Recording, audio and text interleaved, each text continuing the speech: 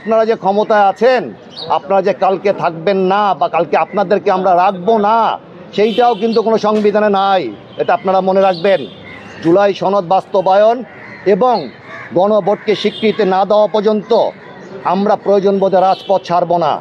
খুনি হাসিনা ফ্যাসিস্ট সরকার হয়তো হেলিকপ্টারে করে পালানোর সুযোগ পেয়েছে, আপনারা হয়তো তাও পাবেন না।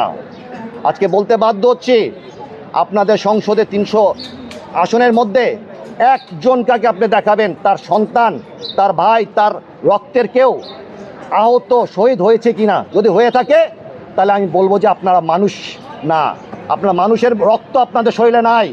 তাহলে আমাদের কষ্ট, আমাদের অনুভূতিটা আপনারা অনুভব করতেন এবং অতিবিলম্বে গণভোটকে আপনার স্বীকৃতি দিয়ে জুলাই সনদকে বাস্তবায়ন করতেন। আমরা অতিবিলম্বে চাই না যে বর্তমান সরকারের বিরোধিতা করি, আমরা রাজপথে নামি আমাদের সাধারণ জনগণের বিভ্রান্তিতে সৃষ্টি করি। আমরা মানবিকভাবে আপনাদেরকে বলছি, অতিবিলম্বে গণভোটকে আপনারা স্বীকৃতি দেন, জুলাই সনদকে বাস্তবায়ন করেন। আপনারা যে অধ্যাদেশগুলি বাতিল করেছেন, এটা শুধুমাত্র ফ্যাসিস্ট হয়ে গড়ে ওঠার জন্য আপনারা সেই অধ্যাদেশগুলি বাতিল করেছেন।